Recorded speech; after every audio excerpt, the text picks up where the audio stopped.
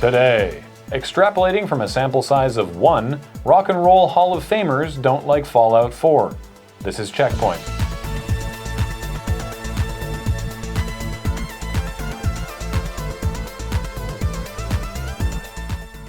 Welcome to CheckPoint, where this week I am joined by our emergency backup host, Beej. I'm just honored that I was your first choice to fill in for Kathleen. Yes, that is definitely true, and not just because we were going alphabetically and Adam and Alex were busy. I knew I should have changed my name to Aardvark.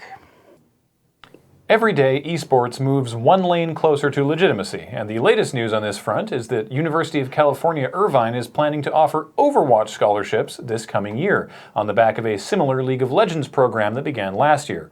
If selected, students would be expected to devote 15 to 20 hours per week during the season to practice, team meetings, community service, workouts, and competitions. And in exchange, they will receive a tuition scholarship of $2,500 for the year. So, getting a scholarship at all is a great step for esports, and the next one would be getting a scholarship that doesn't take as many hours as a part-time job for an insulting fraction of minimum wage. At least they'll get real-world exposure to what life will be like as a graduate student.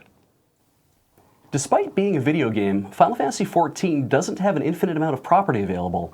Each server has around 2,500 plots of land available for players to purchase and build virtual homes on, but a full server typically holds over 5,000 players, meaning land can be a precious commodity in high demand, subject to speculation, flipping, and generally only available to players with a lot of time or money to put into the game.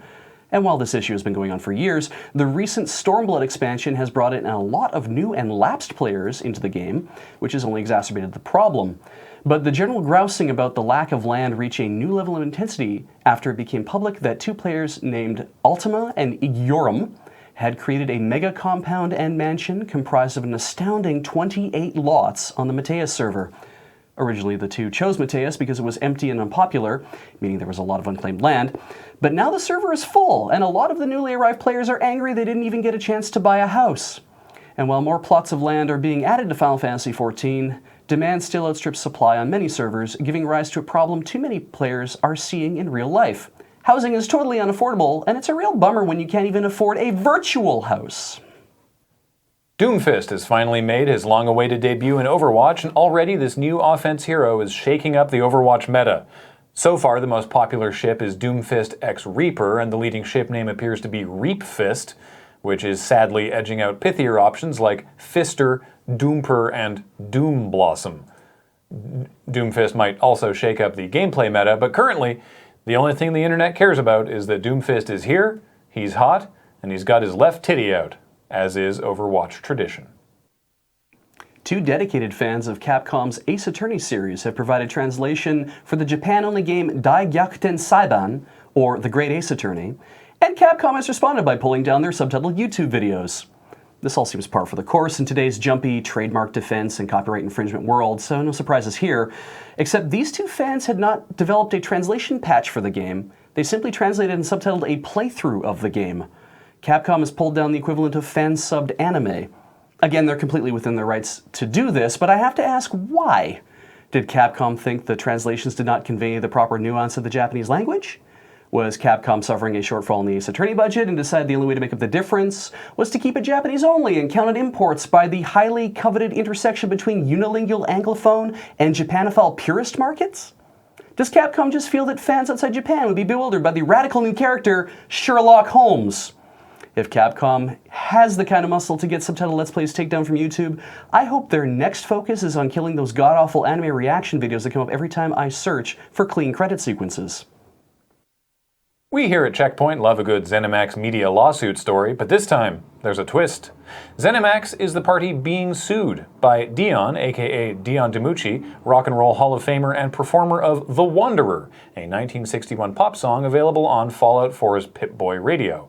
The Wanderer, described in Dion's complaint as, quote, an iconic song of teenage angst, was also used in the Fallout 4 live-action trailer spot, which is where the issue lies, because Dion has big problems with the content of the commercial in which his recording was used. The complaint reads, Defendants' commercials were objectionable because they featured repeated homicides in a dark dystopian landscape where violence is glorified as sport.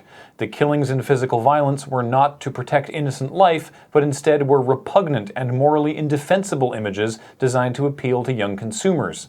Defendants' commercials have no redeeming value. They simply entice young people to buy a video game by glorifying homicide, making the infliction of harm appear appealing, if not also satisfying. Dion describes the song as a story of a sad young man who wanders from town to town, not having found himself or the capacity for an enduring relationship, which is a quaint way of saying he rolls in on a freight train, plows your mom, and skips town.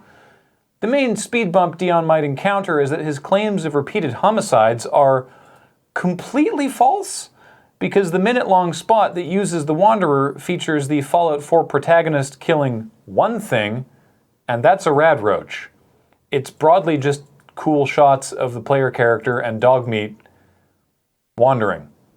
When this story was reported on Polygon, some commenters surmised that Dion might have seen a specific fan-made music video instead. So, on the one hand, Dion's philosophical objections to the content of the trailer are possibly baseless, and I can't wait for people to start pulling up YouTube videos in court to prove their point. But on the other hand, Dion also claims that he and Zenimax had agreed to right of refusal on any commercial using the Wanderer, and that he had not been permitted to see it, which is actually the only thing that matters from a legal perspective. Everything else does not matter at all. I look forward to hearing Zenimax make a statement on this lawsuit. Spoiler, they won't. Yo, going back a bit, what is a clean anime credit sequence? Oh, it's a credit sequence without all the credits in it. Well, how do you know who made it? You can generally tell by how the drawings look. Can you? I can, yes. Thanks for asking.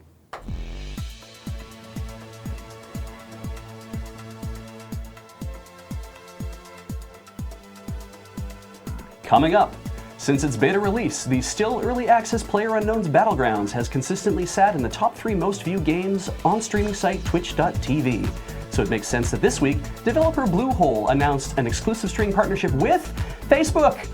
So now Grandma can finally watch you get your chicken dinner. Grandma just wants to know that you're eating healthy. Exactly. Says, what's in that chicken dinner? Did they give you carrots? Yeah. Wow, that is... To be clear, that doesn't mean that you can't stream PUBG on Twitch. It just means that any official streams coming from the developer with like exclusive reveals and stuff will be on Facebook only.